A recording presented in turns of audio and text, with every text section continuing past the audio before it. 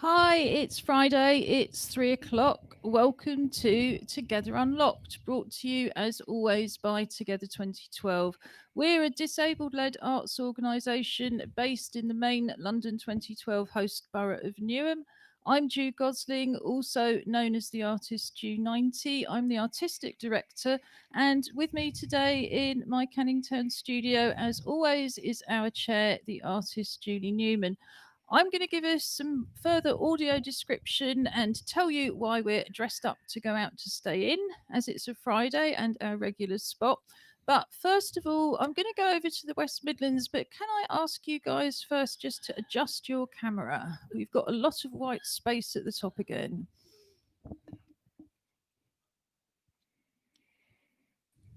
I've also just unmuted you because you didn't seem to be doing it yourself. Yes, So I was. I was going I to was say, apologies, viewers. We have had Google itches all week. yeah, it was. It was. It wouldn't let us unmute from this end. That's why I was frantically pointing. However, in the circumstances, the open broadcast system is a wonderful system. So, guys, who are you? What do you look like? And what are you dressed up to go out to stay and to do? Okay, so hi, I am Robin Surgeoner. I am the business director at Together 2012 and one of the multiple co-hosts of Together Unlocked. Uh, yeah, we are up here in Sutton Coldfield on a somewhat brisker day, considering they've told us it's supposed to be a heat wave coming. It's not got here yet. It was lovely yesterday. Um, so I have grey white hair. I seem to be getting younger because I've got more bits of black appeared in my hair than I had recently, which is a bit weird. That's dark, mate. Thanks, Try washing it. strawberry boy. And I am wearing no rimmed black armed glasses. I have blue eyes. I always forget that one. Deep blue eyes. And today I am wearing a very bright orange polo shirt, which on the right, left, even breast says WMESSA, which stands for the West Midlands English Schools Swimming Association, and that's because I'm going to a non-gala this evening. Yeah, hi, I'm Josh Surgeon. I'm also one of the hosts of Together Unlocked, and I'm a PhD student. I have it is blonde. I'm blaming the light that it doesn't look blonde because it looked blonde in the mirror a minute ago. That's swept over. I did try and put it into something that looked remotely like a hairstyle, and then moved, and that ended, and it's now just a kind of mop of flopped over hair. Um, I'm wearing a black hoodie that says Miami Heat in very thick kind of 3D lettering that steps out, and it has a on fire basketball going through a hoop in the middle, which is the hoodie of the Miami Heat, and which is the NBA team that I support because they have made it to the Eastern Conference Finals for the first time in 6 years in the NBA playoffs. So I'm looking forward to supporting that and watching those when that gets on. Brilliant. Thank you, Josh. And we're trying to avoid making comments about how often you look in the mirror. But we did just identify only on Wednesday that the hissing sound that we thought was something technical was some form of hair treatment. I think it's a blonde treatment because we keep saying that from this end, in very warm London, it actually looks ginger.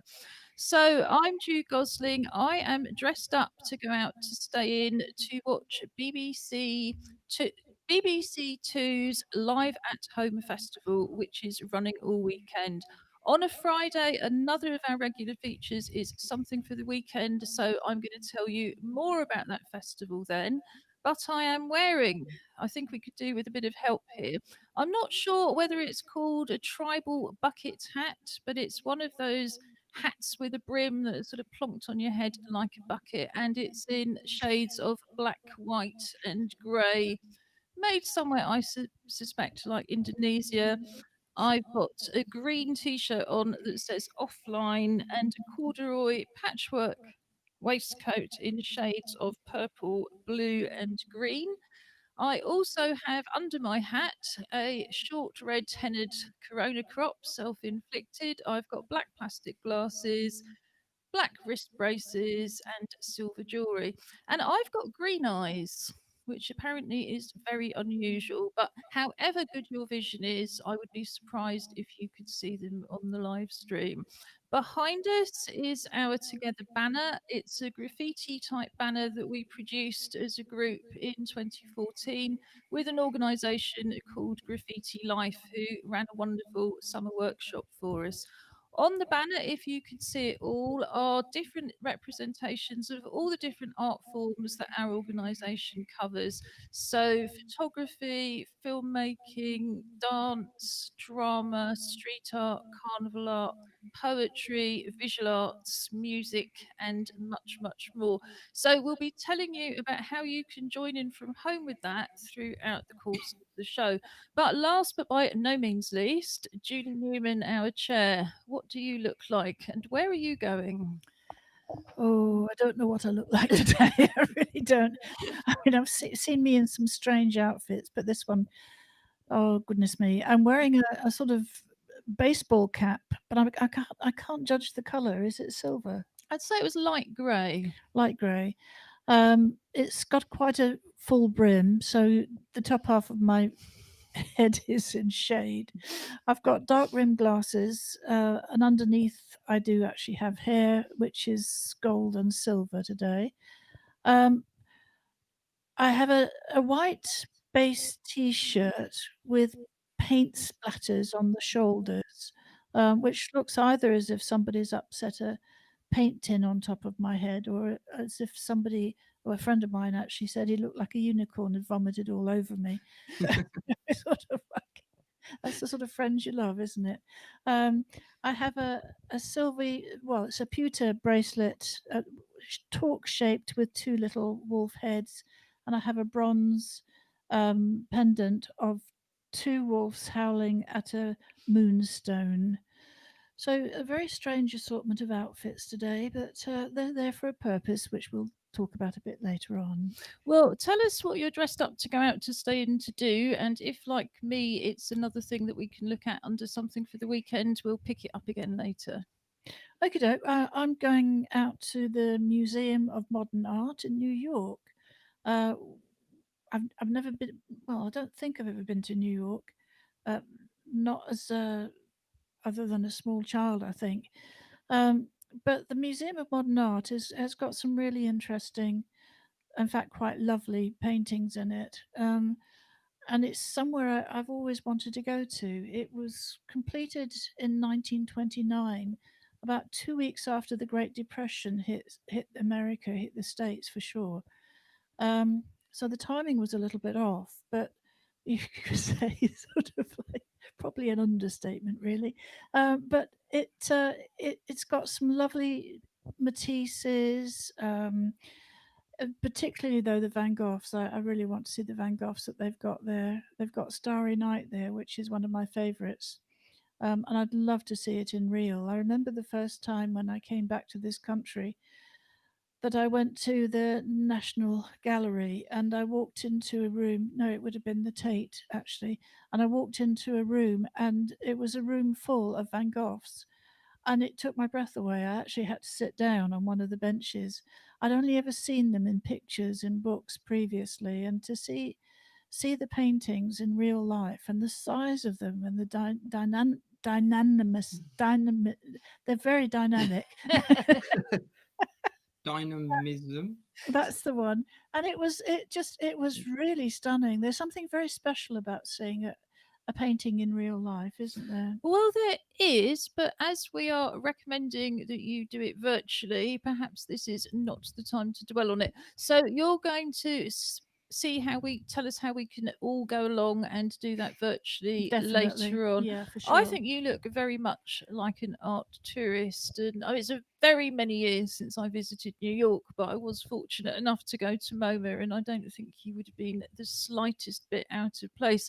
I also went to the Guggenheim Museum, which is very, very famous for its architecture. So I found it screamingly funny that the sort of main tourist item I came back with was a snowstorm of the Guggenheim. And you think, there's this wonderful kind of famous architecture, but there's nothing you can't reduce to a snowstorm. So until it eventually gave up the ghost, that was a kind of lovely kind of Christmas thing. I mean, I do know what you mean about Van Gogh. Went to the Van Gogh Museum for a major exhibition in 1990 in Holland, in Amsterdam.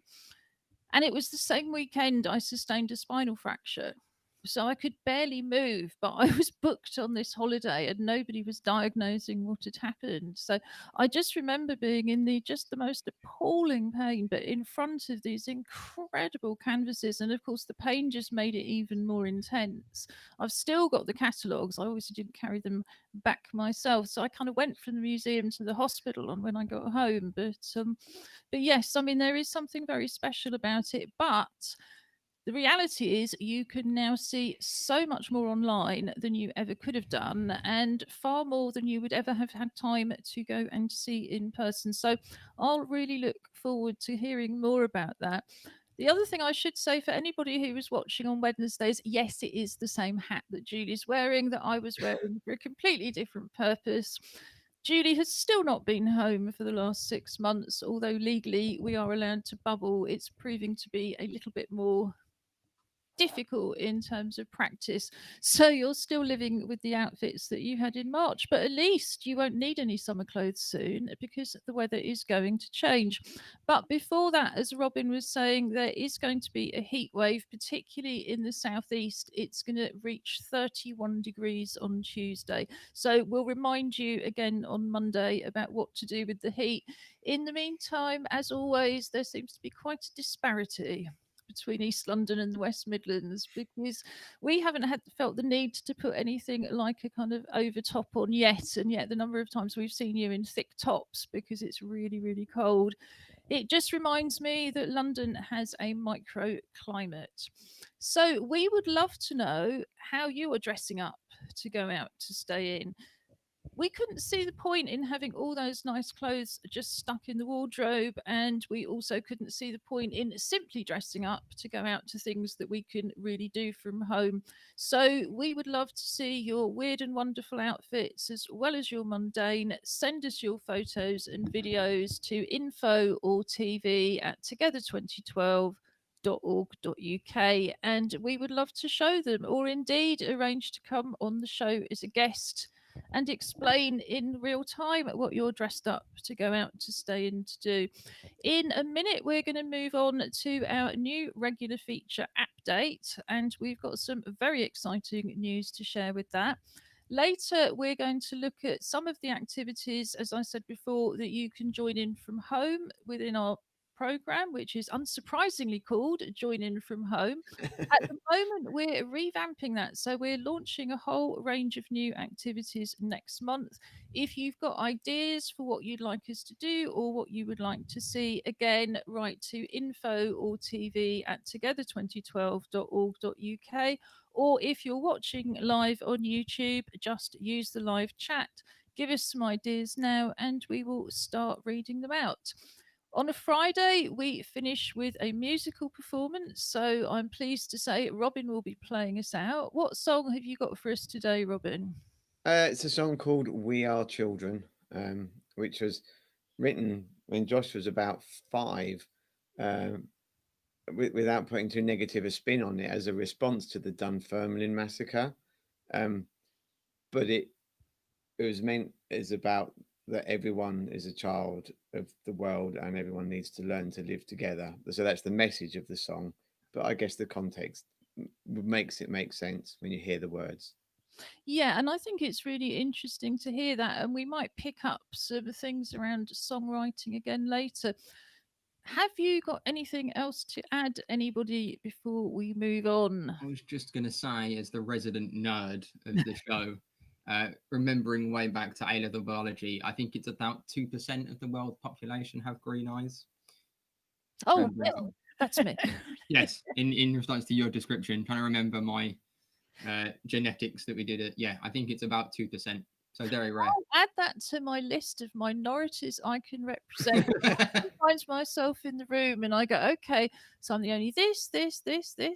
Oh, that's convenient for everybody, isn't it? So, okay, another minority green. How fantastic is that? Julie, what did you want to add? I just wanted to say before we go on, without really meaning to dwell on it, it's the anniversary of 9/11, and I just think we need to just mention it. It was a desperately terrible, sad thing to have happened 19 years ago, and this year, because of the pandemic, they won't be lighting the beacons, the laser lights. Um, I think obviously the Americans will be doing something, and certainly the New Yorkers will. But as a whole, it is a day of memorial. But just to mention it, really. I think that's really important. And of course, it affected, I forget how many cities as well as New York, but New York has had such a terrible time over the last 6 months that I think, particularly as Londoners, and as somebody who's got friends in New York and we have artists we work with who are based in New York, yes, I mean, I think thank you for that, Julie. I think that, absolutely needed to be said. It for those of us who are much older, it doesn't even seem like that long. It seems very, very recent indeed. So again, yes, thank you for that. And yeah, just spare the time to just think about the people, because we know, with all these extra bereavements as well, it must be very, very difficult for people who've had post-traumatic stress disorder. So many things must be coming back just at the time when they can't get together. But moving on to Appdate. Appdate is our new regular feature about the NHS app and everything else that is app related. So we will be continuing this feature on a Monday, even after the app has been rolled out nationwide. In the meantime, it is still being tested. We have direct contact with the NHS executive team who are leading the pilot and doing the app.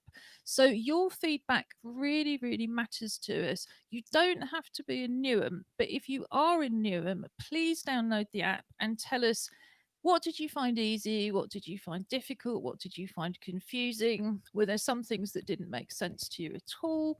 Are there things you would also like to see the app do before it's rolled out nationally, and so on and so forth?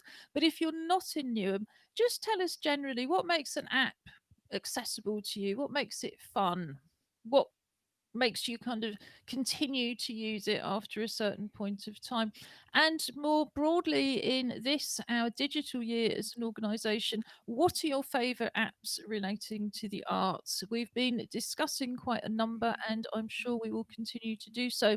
But first, the government announced just over 2 hours ago that the app is going to be rolled out in England and Wales from the 24th of September. And I'm going to have to double check in a minute exactly which day of the week that is. Well, I won't assume anything. Otherwise, I would have assumed it would have been a Monday. Exactly. So, anyway, that I think is really exciting news, because it also shows how well the trial is going. And I think that's a really important thing for anybody out there who's been supporting the NHS pilot to remember. This is really good news, and this is thanks to all of you. But we need far more people to get involved. I know the other news that's been announced is additional lockdown restrictions in your area. It won't reach as far as you, or will it? Well, I guess let's make sense of this. Sorry, that was a very bad beginning of a sentence. Firstly, I think round of applause to everyone in Newham and those helping the testing of the app. In fact, I had a software update on my phone which specifically told me that it now includes the capacity to work with the app, which is really good. Yeah, we kind of, there was a news buzz that came around Birmingham only about 45 minutes ago, maybe an hour, to say that there'd been a meeting of local council leaders, so like the different boroughs, which is so Birmingham, it counts as one as far as this is concerned. So Birmingham and Sandwell and Solihull have been told that as of Tuesday, then there will be additional lockdown restrictions, but as yet, nothing actually said what that is, other than households won't be able to mix together, but nothing about pubs or sports clubs or controlled activities or any yet. I mean, so it's kind of watch this space. I mean, we know that like the figure for Birmingham is up to 85.4 per 100,000 people. It's 32 last week. Yeah, which is almost a threefold rise in a week. So it's pretty scary, really. I mean, and it's weird, and I think that what's so confusing is that you can look at a localized map of Birmingham, which then does break the area into council wards, and you can see that there are areas that still have absolutely no cases, and other areas that take up the majority of it. But I guess that in somewhere like a mix of Sandwell, Birmingham, and Solihull, there is so much cross town traffic. If anybody needs to listen to a Jimi Hendrix song, that's a good one. Um, yeah, but I think that may well be that the lockdown may spread across the entirety of the kind of what they'll call the conurbation. And this is where I get really, I expose my London centricity. But where is Sutton Coldfield within these boroughs? Okay, so Sutton Coldfield is actually on the northeast tip of Birmingham.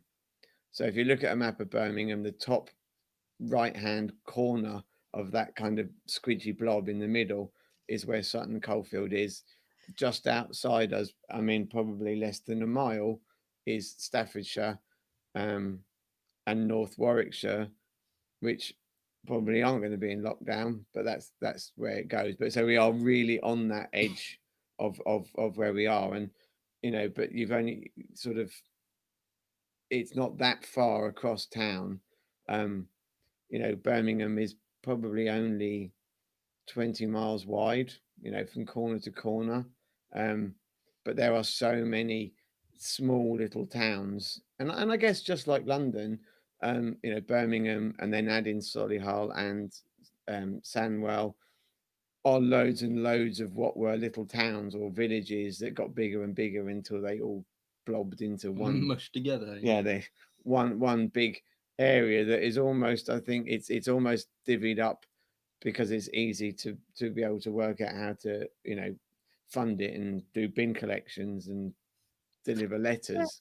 And of course, that's really important too. I mean, I think all we can do in terms of predictions is look at the enhanced lockdowns they've already got in places like Leicester. And also to see, like you say, whether they will be a little bit smarter about it or whether they'll just go, no, there's too much crossover.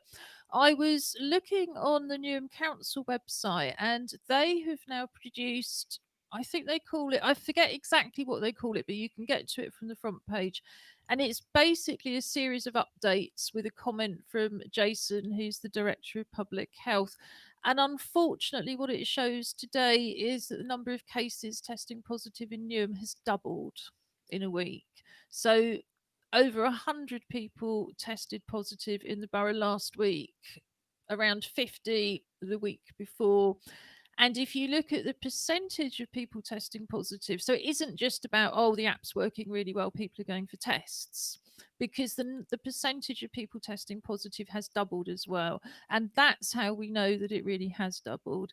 And there was some more research that came out at lunchtime that said at the moment, the number of cases are doubling every 8 days. So we're kind of back potentially where we would have been in February, except that we have social distancing and things like the app to save our lives and to save everybody else's lives. So it's not the best way to be starting the autumn, or indeed with the heat wave coming on, to be ending the summer. But at least now, unlike February, we know what we have to do. And in our case, we would say that's stay home, stay creative, and that's the best way to stay well. Do we have other apps that we would like to discuss? This is where you all look alarmed, isn't it? No, I no. look to Josh at I this point. I prepared that piece for Wednesday. Yeah, No, Josh. it kind of links back to what I was going to talk for the weekend. But kind of apps like Audible and Kindle and things like that. And and certainly with lockdowns increasing in places and restrictions increasing, and the potential of kind of wider restrictions kind of nationally coming back in as the R value kind of shoots up. Things like that where I don't like watching the news at the moment or even kind of reading it or talking about it because it just stresses me out. So having something like that where if you want to read it, that's fine. But if you can find a book that you like and a good novel that's 15-20 hours long, you can just pop some headphones in and just ignore the world for a little bit and kind of lose yourself in a story or a biography or whatever it is, but just something to kind of distract your brain that isn't kind of just sitting in front of watching the TV, which can kind of make you feel a little bit kind of almost lethargic. Almost you feel like you haven't accomplished anything because you just sat on the TV for 6 hours. Whereas if you're like, oh, I've read for 6 hours, you kind of, it's a weird kind of psychological thing that you feel that that's a better spent time almost. Yes, and I think the other trouble with TV at the moment is we have this conversation that goes, have we seen this 3 times already? Well, let me watch it again then. And you think, well, it's good to see a good film and to remind yourself, because one of the clubs we run is a photographers and filmmakers club, and it's always good to teach off popular film, but it is a little bit desperate. And in fact, yesterday was the day when more books were published than any other day of the year. There's another what they call Super Thursday coming up at the beginning of October. And apparently it was like, as they say, more like Harry Potter than the last few months. Although book sales in general have been up, and since bookshops have been able to reopen, they've been doing very well indeed compared to last year. So I think you're absolutely right. I read a lot about COVID because that's part of my job in terms of information and risk assessment, but I don't watch films or TV shows. I actually find that is my kind of mental health thing. But generally speaking, unless you've got to keep up to date for work, people do say for the sake of your mental health once a day, limit it to once a day, look at other things. There's so little else being reported, and it's not that other things aren't happening, but I think if it's not being reported, then a good book, whether that's fiction or non-fiction. I have in another life a small press publishing company, and I've had that for goodness, I think 25 years. Isn't that a long time? But one of the things that I find is that most of my sales now are for the Kindle app rather than print books. And the Kindle app is a wonderful app because you can put it on anything. So people think you need a Kindle to run a Kindle app. You don't. Any phone, any tablet, however cheap, any computer. I tend to do most of my reading on the iPad, but yes, I'm intending to kind of get my Kindle app out and go through this list of books that was published yesterday and see what I really fancy reading. I've already read 2. Well, since yesterday. Yeah, I thought you were ill in bed, Judy. yeah, I had a little bit of off time, so I took the opportunity. There were 2 authors that I really like, Joy Ellis and Judith Cutler, who write about detective stories. So I took the opportunity to catch up on their 2 latest releases. Yeah, and I mean, actually, and I've just started listening. I have to say, we do read due to for access reasons. When we go to bed, it's okay. Don't worry.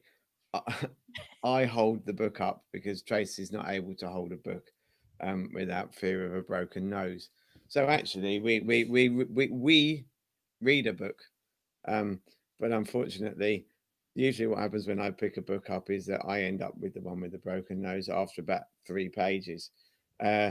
So we are very slowly reading through a book about witches and I can't. What's it called? The Deborah Harkness. So it's a trilogy of books. They're on the last one, but the first one is called A Discovery of Witches, and then there's the second book called Something, and then the third one I think is called The Book of Life, and I think that's the trilogy. Yeah, that's it. So we're Struggling. on that one, which is I'd read. I actually had I listened to the audiobooks of them on a recommendations from a friend, but Mum likes reading or getting Dad to read to us. So for Christmas, I brought them the whole trilogy of books for Christmas.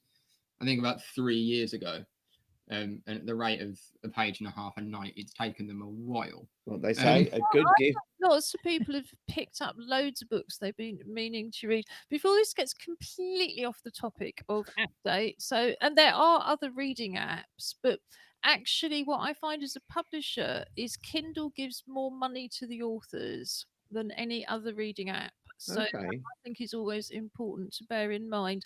So finally, there's a comment here on the live chat from Renee Wallen. I printed off the Sunday Times top 10 fiction list a couple of weeks ago and made a commitment to read all 10 books. Just started the third. My Wow. guess is they're slightly longer books than Joy Ellis's and the other one that Julie was reading on the Kindle app I bet they're yesterday. grown-up books, aren't they, Renee?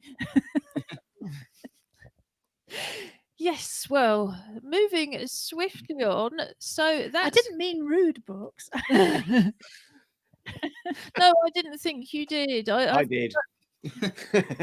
Well, I'll leave it to you readers to make up your own mind. And in the meantime, I'm going to put a short film on that's going to tell you more about how you can join in from home on a Friday.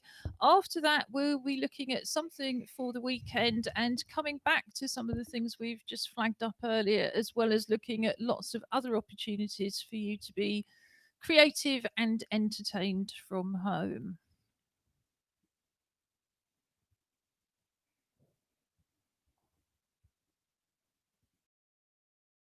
Together 2012 is running a Join In From Home programme from our website, together2012.org.uk. Click on the link at the top of the page, Join In From Home, to go straight to the main page where you have a wide range of accessible, inclusive creative activities, mostly using things that you would already have at home. At the top of the page and throughout the pages, you will also see videos in British Sign Language to translate the site for deaf people.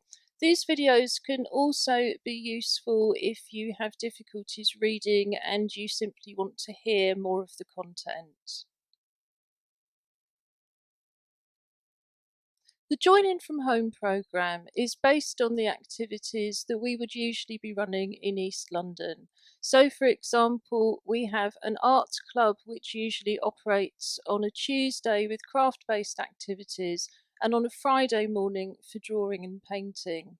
Here you can join in with the arts club's Hands project and celebrate your uniqueness and membership of the human race. There are full instructions on the linked page here. But essentially, we invite you to draw around your hand on a piece of card. It could be an old cereal packet. Cut the shape out, turn it over, and decorate it with anything you would like to do. It could be paints, crayons, glitter, collage, beads, leaves, anything you can think of. Photograph your hand or hands and send it to us at tv@together2012.org.uk. We'll add it to our video installation and share it on social media. Our music club usually meets on the first Friday of each month. We have an open mic session and we invite everybody to play along with percussion instruments. So here you can learn how to make your own percussion instruments from recycled materials. And you can also join in a percussion workshop from last summer in terms of carnival percussion. So these three instruments are used most often in carnival. We have a shaker and a go-go and a hand drum. So this is how to make a recycled shaker, a recycled go-go, and a recycled hand drum. You can also, if you're technically minded, make your own tactile sound instrument. This does require a few simple electronics, but is a very interesting and exciting project as part of our Vibrafusion ongoing work. You can also listen with Together.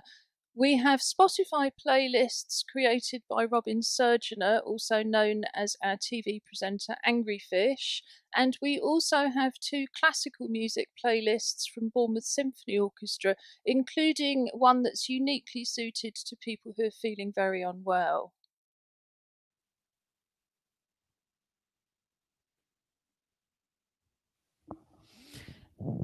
Just checking the microphone again. And if, like us, your recycling has been piling up as the months go on, I think it's a nice time to make some new percussion for the autumn. I find myself eating through more than one of these giant kind of sweet shop plastic bottles of sweets, which I started off by ordering thinking that was the cheapest way to go and the most green because fewer of them were delivered. But now I'm looking at how to make lights out of them because I'm just thinking I can't throw them away. They're not very good to recycle. And I've got to do something. So maybe that's going to be an activity video soon. Have you noticed all the ructions about Pringles, who I didn't realize were made by wolves? But there's all this stuff going on about how recyclable or unrecyclable they are. But those little pots make jolly good little drums and shaky things and the sort of things that you were talking about in the film. Yeah, exactly. In fact, particularly the Agogo. I mean, I was very pleased to read, like you, that the manufacturers are trying to find different ways of making them. So they're trialing a different Pringles packets in different supermarkets. But any of those tins that have a piece of metal in at the end, well, it's really alloy, but it's a really, really good percussive surface. I'm also quite keen on Twining's hot chocolate, which is a hot chocolate that doesn't have any dairy in it. And they have very, very good tins. We've done all sorts of recycled band things with those kind of tins. Have you, I mean, I know you're, should we say, more of a Professional. yes, more of a professional, but also not a percussionist particularly. But have you experimented with any of these recycled materials, Robin? The honest answer is no. Not certainly not specifically. But my favourite when I'm running workshops, they're music workshops rather than music instrument workshops. Is just bodies, generally your own, useful, particularly in times of COVID. But literally, your body is a fantastic percussion instrument. Doesn't you can do many things with it, mouth noises, hitting yourself, tapping yourself, creating rhythms and stuff like that. Um, I find, kind of really good way of getting people to get into rhythms, and I can't tap my foot, but lots of people can. So foot tapping, foot stamping, um, you know, yeah, just so that's the kind of way that I do it. I've often thought about it, but I've got that many things around the house that you can already hit, shake, and bang. That I prefer to go for the. I have like watermelon shaped things and banana shaped things and all kinds of things that when working with younger people, they love the fact that it's a musical instrument but looks like a piece of fruit or whatever it looks like. Yeah, Yeah, I mean, that makes a lot of sense. I don't like playing on my body, but that's because I'm somebody with a pain condition. Yeah. Don't have very strong hands. But Together 2012, our whole music policy is based around percussion. So we have our recycled band, which is 12 giant percussion instruments made out of recycled building materials. But that's all in storage on the top of containers down by the Thames at the moment. And sadly, I don't think it's going to come out next summer either, looking ahead at kind of the problems for festivals and so on. I think I've really moved from 20 years ago being very keen on this sort of message that music technology is wonderful for disabled people. And now well, it's wonderful if you're a bit of a nerd and you've got plenty of money, but otherwise you're going to be completely dependent on somebody else providing the kit and setting it up and engineering it for you. And if you're alive, you can blow a kazoo. If you've got a little bit of movement, we can put a wrist bell on. You know, what we did start doing, I think, with more or less success, is those of us with wheelchairs started playing our wheelchairs. And I think that's that riff on the body, isn't it? You know, Yeah, it's yeah. amazing what sounds you can get out of your wheelchairs if you take the odd drumstick to. Well, I mean, I did once Well, apply to PRS, but at that point they turned me down. So you can come back to me on this one on an idea. But they were looking for commissions, and I said that wanted to create a piece of music that was made through sampling all the different sounds that I experience as a disabled person. Well, sorry, Josh, go on.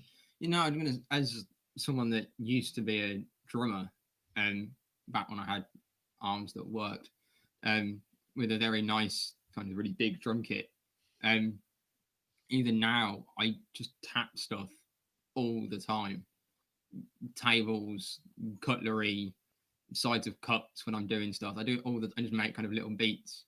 Nothing about playing your chair. I do it all the time, between kind of hitting the push rim and the wheel with kind of, you know, the bone in your finger, the fleshy bit, your nail.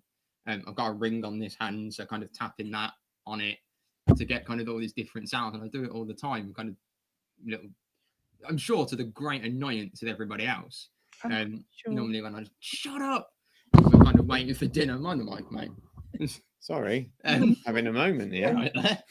Yes, you can do all sorts of interesting things if you just hit. You can slap the microphone across the room if you want. I mean, Sorry, I listeners. This is where I come back full circle and say, if you're already a trained musician and if you're a bit of a nerd, then, you know, also speaking as somebody who can't hit a conventional drum, there's an awful lot you can do with programming, including, of course, playing instruments and taking the samples, but also just using sample instruments. And yes, I mean, one of our associate companies is a wheelchair dance company called Folk in Motion. We might even talk a bit more about Folk in Motion on Monday, but I program all of the music for that.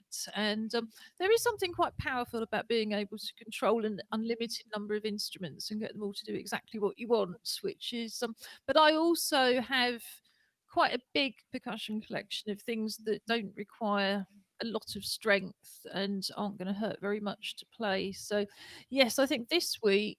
And are you able to reach it, Julie? Well, just while Julie reaches that, I mean, a while ago there was an inclusive dance group called Blue Eyed Soul, who I'm not sure they may still exist, but I did some workshops with them, and actually what we did was normally dancers dance to the music, but we did it the other way around. Is we had them doing the movement and then interpreted the movement into live music, which was a really interesting way of doing it. Yes, I mean, I think we've just done it with an improvised percussion track, but again, the join in from home film on a Monday. We'll talk a bit more about that. Yes, I mean, this is a hand tambourine that I've bought, and for anybody who can't see it, it's a piece of wood shaped like a parrot, and it's got two gaps in the middle for the little bells from the percussion.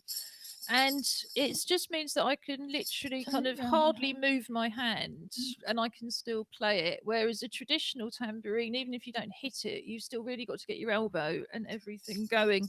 And this was just a variation on the Indian wrist bells. You know, it's got you can buy all sorts of wrist bells, but they're mostly for children. So I bought that because it was just a little bit bigger. And again, you can put these on your wheelchair when you're dancing, and it creates a bit of an oral kind of soundscape for people who can't see very well. But the other thing I got, which we couldn't reach, was just a little round shaker made of papier-mâché. So if you're wanting to do a papier-mâché project, I think it's worth bearing in mind that I'm not sure it's the most successful instrument in the world, but I think if it had been made thinner and they'd left, I think you'd have to sort of do it around a balloon or something, leave a gap at the top to be able to put things in and then plug it. But I am still really looking forward to finding out what kind of sound it makes. But moving us swiftly on. Oh, no, not at all. Can I just do a quick correction? It was Walker's. Pringles. All right, as long as you've advertised the right company, Yeah, Julie, well there done. are other crisps available, Yes, but not in I'm that sure size there are other packet. environmentally unsound snacks available. So I'm going to go first. I am dressed up to go out to stay in to see Radio 2's Live at Home festival. It would usually be the festival that they ran in Hyde Park, and instead, back in February, they realised that wasn't going to be possible. So they started planning this. So the bulk of it has been filmed with a full stage, full crew, but no audience in an unnamed mansion in Hertfordshire. Some of it has been recorded in the States because obviously the artist couldn't fly over. But it looks the way they've recorded it really, really lovely on a phone in Central Park on the top floor of the record company. It's created work, I think they were saying, for a lot of technicians and people. That's the only work they've had since March because, like I say, they've done the whole thing properly. And I think one of the heads of Radio 2 was quoted as saying, well, people have just seen enough songs recorded in front of a bookshelf and so it's going to be great sound, great vision. It's on Radio 2, BBC Radio Sounds, and there's highlights on BBC 2, so I shall be dressing up to watch those.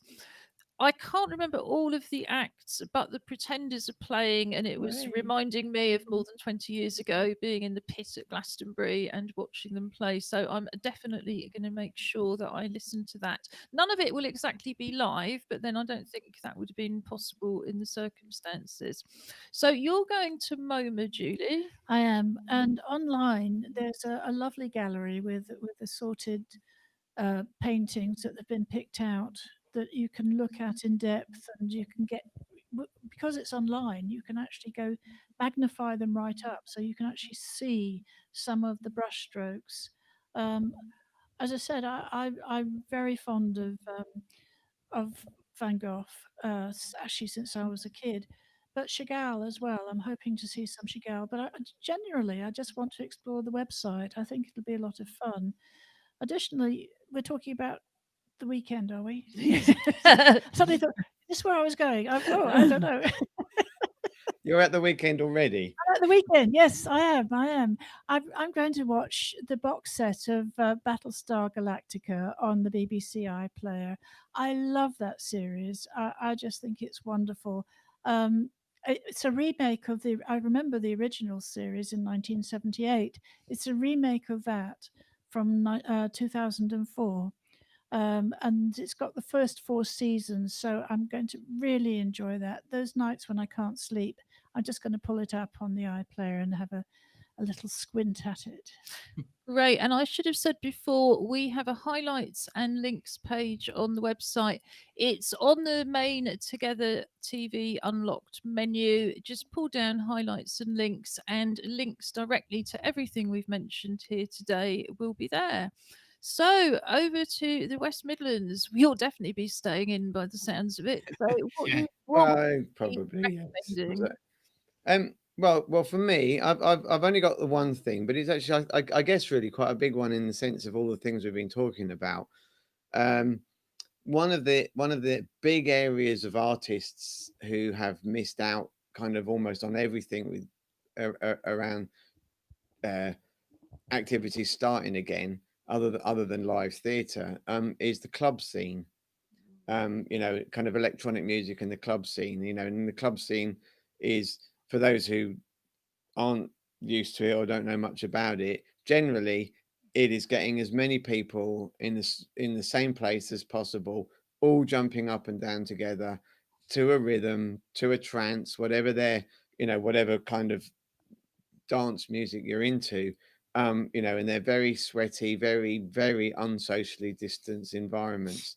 So, other than a very small number of places where they're running what would be all-nighters now between like 12 and 10 in the 12 in lunchtime and 10 at night, on people sat on stools and they can jiggle on their stool, it hasn't happened, except for those people that have actually been able to use their skills and go online. And this Thursday was Independent Music Day, and I listened to a really good piece on Radio 6, kind of celebrating electronic dance music, or EDM, as we talked about the other day, which inspired me to go and look. And there is a website called clubbingtv.com, rockband.com. Again, I've forwarded a description and the link to the team.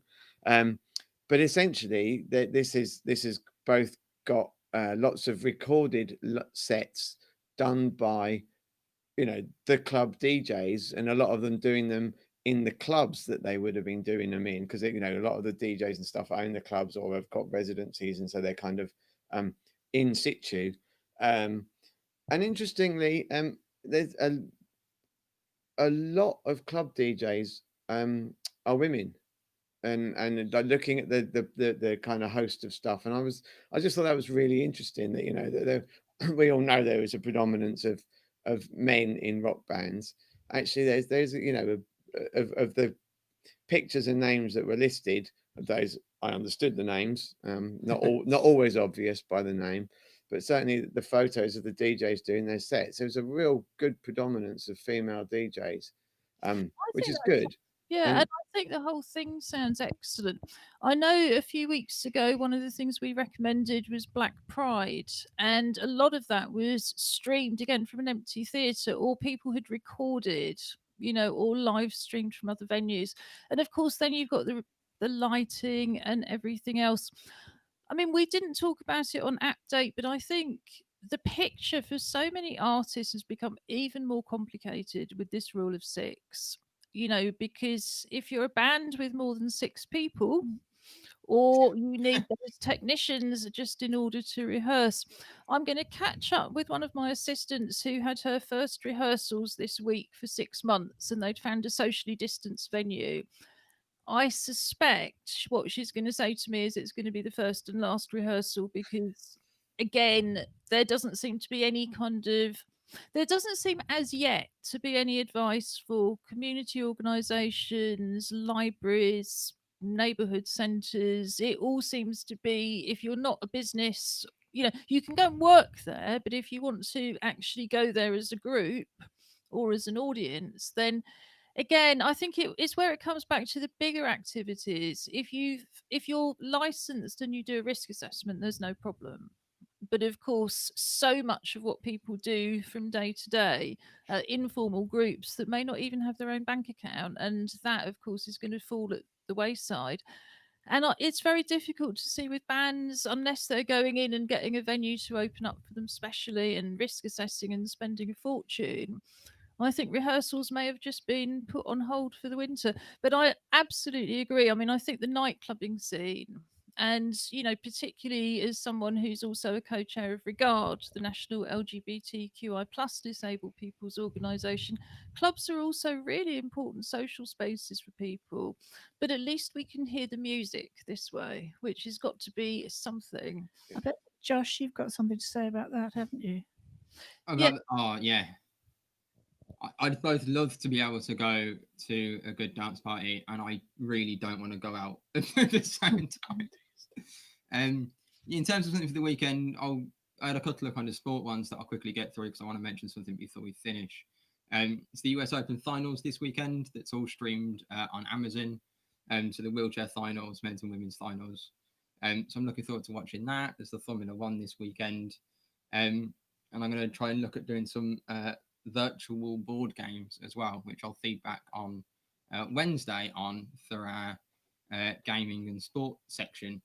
But I want to talk kind of briefly before Robin goes into the song, because it fits into it. You can do a virtual tour of the 9/11 memorial. It's $25, which is about £19.50, which I know might be kind of quite expensive for some people, but that money does go to kind of upkeeping the memorial. But having actually been to the memorial in New York, it's such a simple design in the architecture, but it is so powerful. And kind of being there with friends that are from New York, I almost felt like I shouldn't be there. It was really weird. I've been to lots of kind of memorials and kind of war memorials on things around the world, but the only time I ever felt like I did in New York was when I visited Auschwitz a few years ago. and you kind of get this sense that it needs to be remembered and it should be there, but we shouldn't.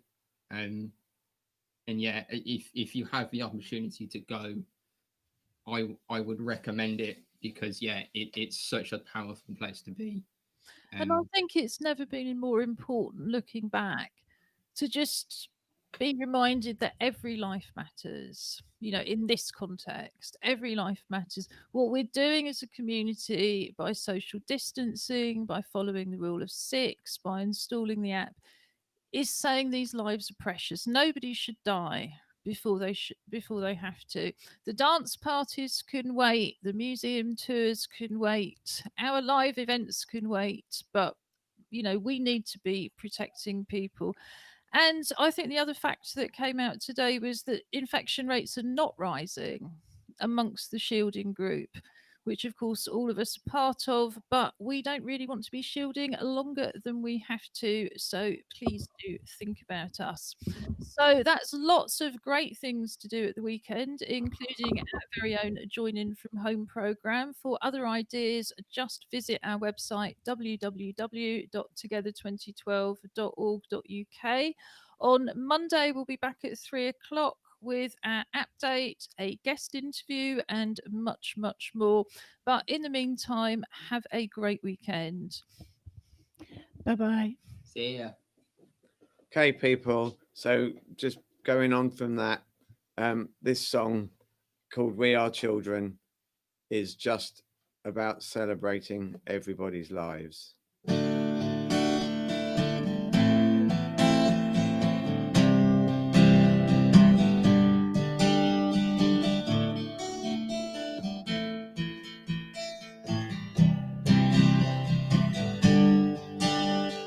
We are children of the world, and we just want to live together. We are children of the world, and we just love to love each other. It's not important, there is no blame about how we walk or play our games, or see or hear or spell our names. What is right is you love us all the same. What is right is you love us all the same.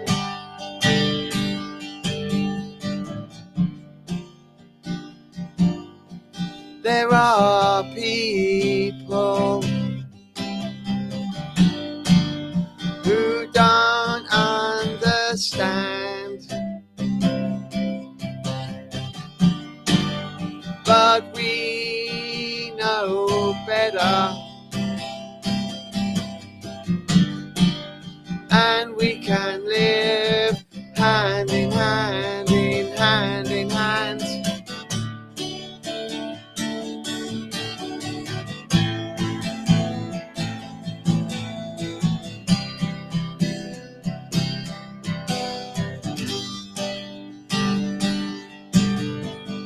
We are children of the world, and we just want to live together. We are children of the world, and we just love to love each other. It's not important, there is no blame about how we walk or play our games, or see or hear or spell our names. What is right is you love us all the same. What is right is you love us all the same. What is right is you love us all the same.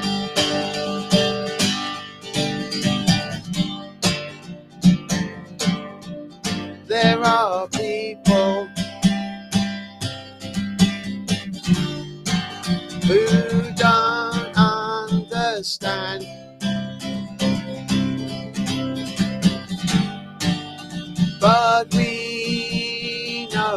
better.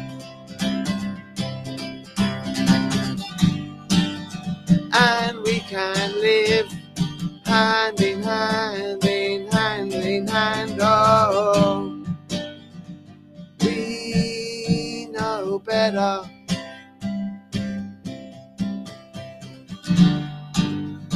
And we can live hand in hand, in hand, in hand, in hand. Have a lovely weekend. Make sure you care for somebody else.